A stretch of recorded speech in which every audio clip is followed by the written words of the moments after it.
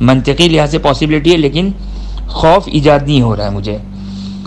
تو یہ ایک پاسبلٹی جس کو احتمال عقلائی کہتے ہیں، یعنی عقلا جس پاسبلٹی کو اہمیت دیتے ہیں.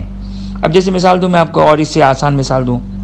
ہم بہت سارے واقعات سنتے ہیں، انسان ایروپلین میں بیٹھا، فلاں پلین جو کریش ہو گیا، لیکن اس کے باوجود آپ نے ٹکٹ لی اور ایروپلین میں بیٹھے. تو آپ ایسا احتمال اور ایسی پاسبلٹی نہیں ہے کہ جو خوف ایجاد کریں. عام لوگوں کی نسبت ممکن ہے کچھ وسواسی لوگوں، کچھ بہت زیادہ، لیکن اگر آپ جنرل لوگوں کو دیکھیں تو نارمل پلین استعمال کرتے ہیں، نارمل فلائٹ کو لیتے ہیں، نارمل جگہ ٹریولنگ کرتے ہیں. تو وہ خوف کہ جو انسان کے دل میں پیدا ہو جائے اور عام لوگوں کے دل میں پیدا ہو جائے، ایسا خوف انسان کے دل میں پیدا نہیں ہوتا ہے.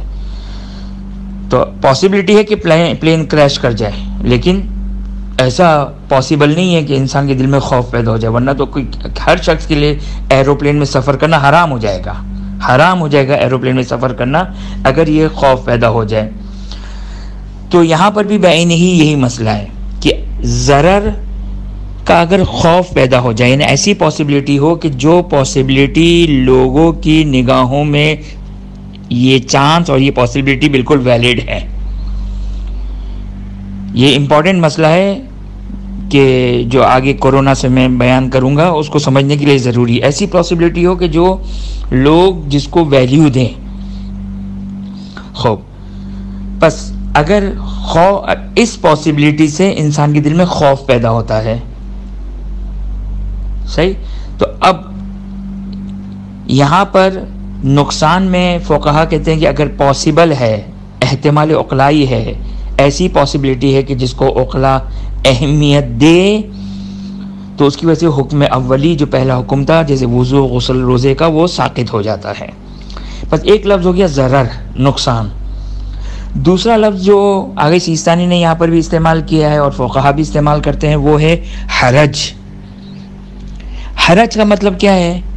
حرج کا مطلب ہے ایسی تکلیف، زحمت، مشقت کہ جو عام طور پر انسان کے لیے ناقابل برداشت ہو.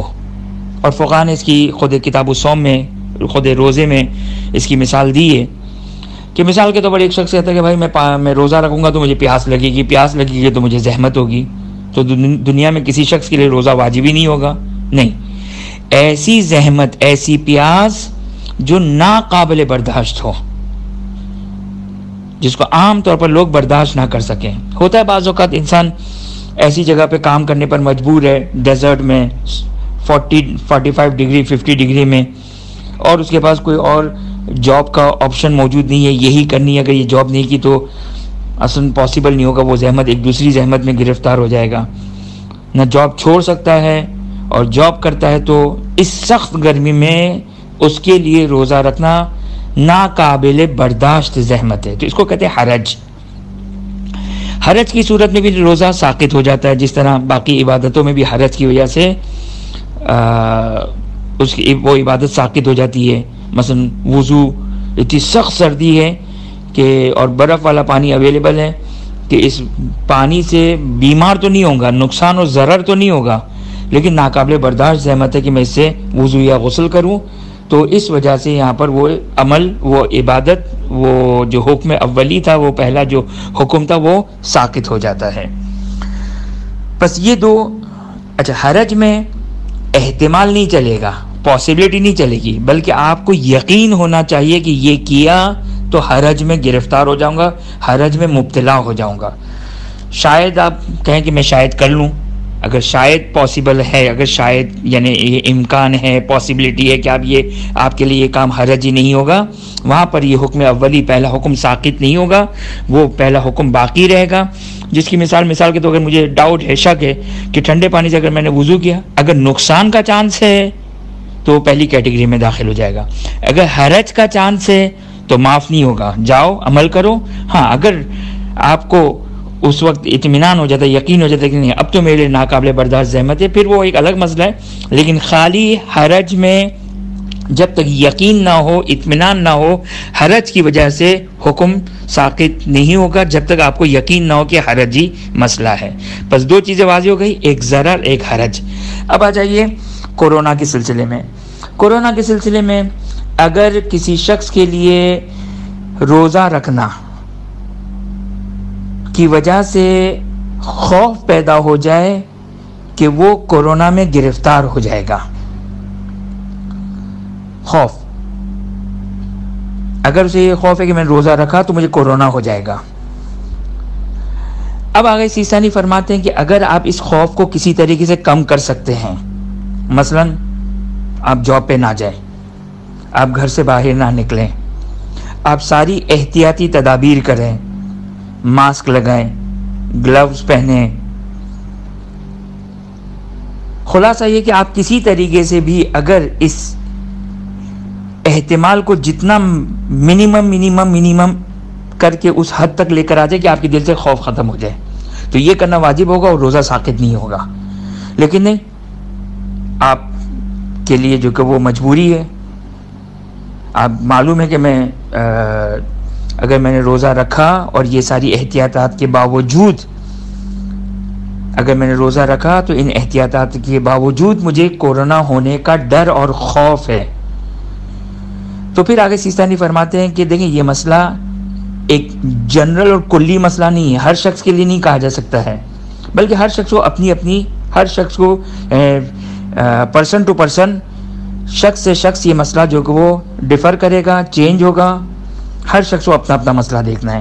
بس اگر وہ احتیاطی تدابیر کے باوجود اس کے لیے یہ خوف باقی ہے جو جس کی ساری تفصیل میں نے بیان کی، تو پھر اس کے لیے روزہ ساقط ہوگا، ورنہ روزہ ساقط نہیں ہوگا۔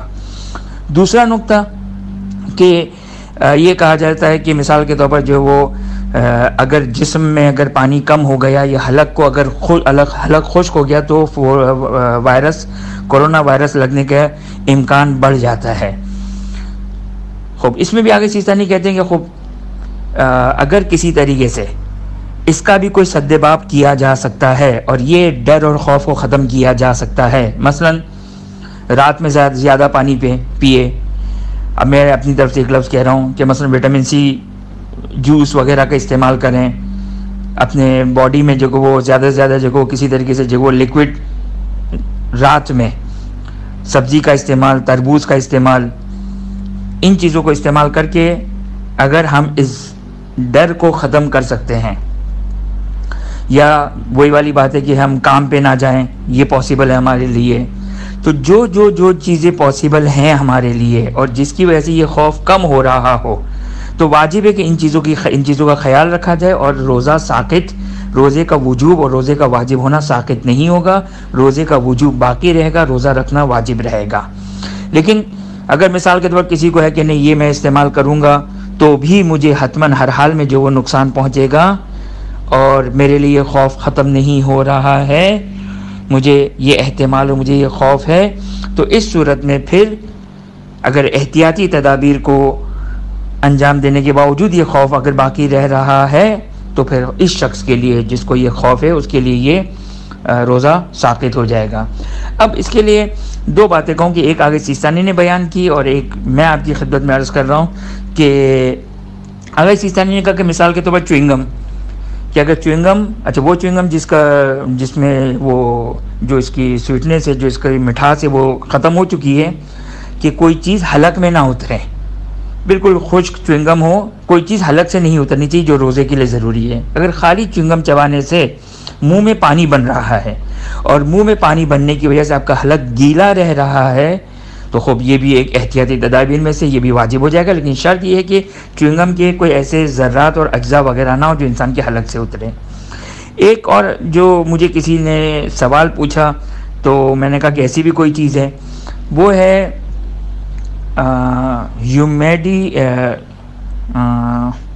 کوئی اسٹیم ہے، ٹھنڈی اسٹیم ہے،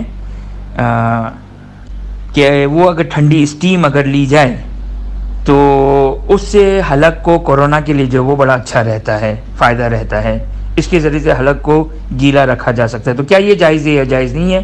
تو اسٹیم میں آگے سیستانی کہتے ہیں کہ اسٹیم لینا اب چاہے جو وہ گرم چیز کا ہو یا ٹھنڈا اسٹیم ہو، اس میں آگے سیستانی فرماتے ہیں کہ اگر یہ اسٹیم قطرے قطرے کی شکل میں اگر حلق سے نہ اتر رہے ہوں تو اس اسٹیم کا استعمال کرنا بھی جائز ہے، اب اس صورت میں واجب ہو جائے گا تاکہ اس کا روزہ باقی رہے۔